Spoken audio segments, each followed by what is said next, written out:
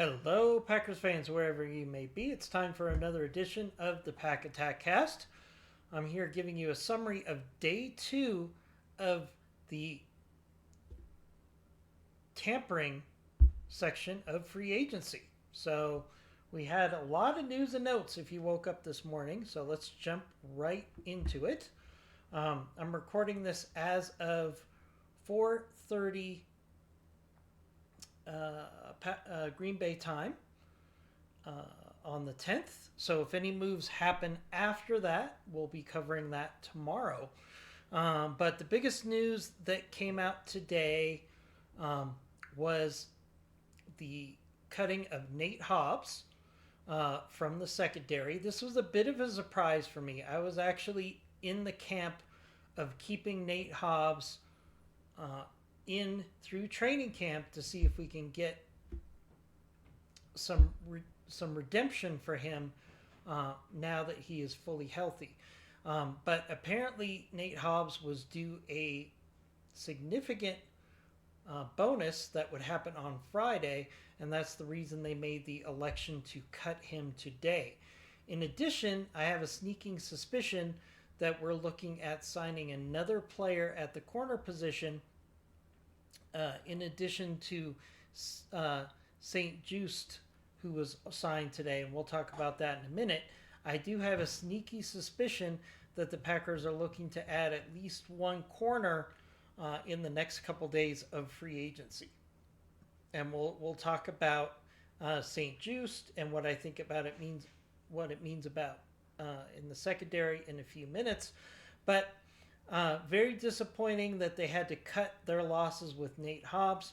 Clearly, they felt that getting over the knee injury wasn't going to offset the significant compensation that Nate Hobbs was due this year and next year, and they felt it was prudent to get off of that contract as soon as possible. So, best of luck to Nate Hobbs. Hopefully, his next stop will be better than his stop with Green Bay. I'm very disappointed because I had high hopes for Nate Hobbs. He seemed like he was a good locker room guy. He seemed like he had great intensity at practice. But once he had that knee injury in training camp, he just never was the same player. So it could be the Packers felt medically he was never going to get back to where he was before, or they felt they could use the cap money on a better option. Again, I still think the Packers have a move to make at corner before the end of free agency. So that was the biggest news today as of 4:30 Green Bay Packer time. We also did see Romeo Doubs, a.k.a. Bobblehead in my household, move on to the New England Patriots. He got a sizable contract that's either going to net the Packers a third or a fourth round pick in 2027. Really regret seeing Romeo Doubs go. He was kind of a household favorite of ours. He was always easy to spot because of his bobblehead helmet. And overall, I think he was a great Packer in his time with Green Bay. That being said, I think the Patriots paid a lot more than he was worth. And certainly Green Bay felt the same way because they were probably given the opportunity to re-sign him and felt their money was better spent elsewhere. So, best of luck to Romeo Doubs. It'll be interesting to see Romeo wearing his bobblehead with a different team. But excited to see what he can do for the Patriots. And I'll always be rooting for Romeo to have a great career. So best of luck to him. We did hear today that the Packers were signing Benjamin St-Juste. And I did check the pronunciation. That's the prevailing pronunciation for his name. He is from Canada, so it's got a little bit of a French-Canadian pronunciation to his name, if you're curious. So interesting thing about this signing. Number one, I do think the Packers have another corner that they will add to the mix before the end of free agency. I think St-Juste, while he did have his best season ever with the Chargers last year, I think he is a player to be thrown into the mix. And if you look at his contract, even though it was a 2-year, $10 million contract, it really is a 1-year contract with the team option for next year. The Packers can move off of him very easily next year if he's not in the mix as a cornerback starter or as the number 3 corner in the room. I think that's what his contract is priced for. But let's go ahead and share our screen and take a look at what St-Juste brings to the table here. As you can see, PFF already added him to the Packers roster. Thanks, PFF, for getting that done so quickly. As we can see, his overall score last year was 76.3. In comparison, we have Keyshawn Nixon at 66.7 and Carrington Valentine at 63.1. Now, my belief is that St-Juste will be competing with Valentine, if they don't make any significant additions, to be the starter on the outside for the Packers. So let's take a look at what St-Juste brings to the table. Let's go to his player page. So as you can see, last year he was a part-time player for the Chargers. Only 356 snaps. He did have 1 interception. And he was rated as the 11th best cornerback. But keep in mind, that was in limited snaps. Now, I did look at some people who had opinions of him in the past.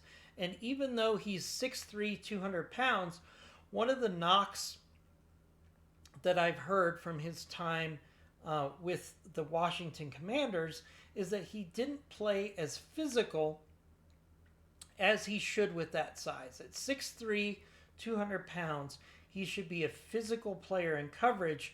But one of the comments that I consistently saw was that he is soft in coverage and is not physical in one-on-one matchups.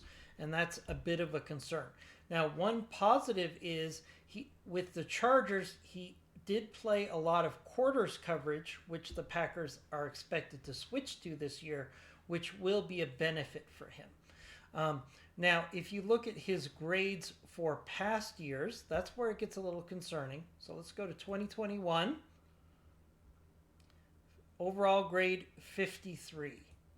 2022, overall grade 58. 2023, 59. 2024, 47. This was a very rough year when he was with the Commanders. And then in 2025, he was up to 75.6. So you have to wonder if St-Juste is peaked last year, and we'll go back to the average, or he's continuing to rise, and next year he could be this good or better. That's why I think he's in the mix as being part of the room versus being a clear starter for the future. And I do suspect that the Packers are going to look at additional corners before the end of free agency and also in the draft.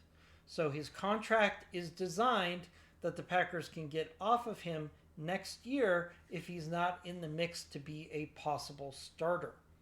So that is the deal with St-Juste. I do want to take a few minutes to look at where the Packers are in the salary cap. So let's take a look at that.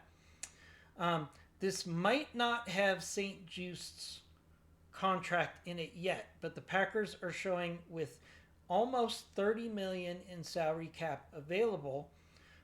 If you take out St-Juste, you might be looking at it being closer to $23 million, depending on adjustments.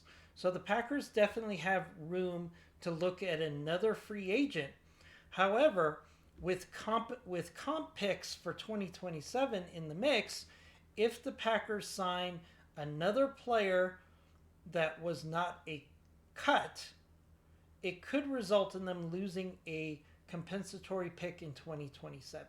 So I think the Packers would only add an additional player at this point, if they feel they have the potential to be a starter, either at defensive tackle or at corner. Those are the two positions that I think would be worth losing a comp pick if you can get a starter in return.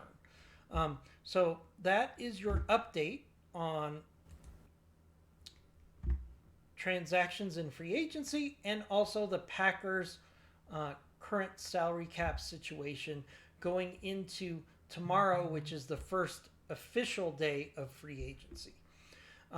We still have to see if we're going to get an additional pick from Walker as he moves on at left tackle. We should get some news on that shortly. I'm actually surprised that he hasn't received an offer yet. That either means the left tackle market is kind of tepid, or it's actually red hot and there are multiple teams competing to sign for Walker.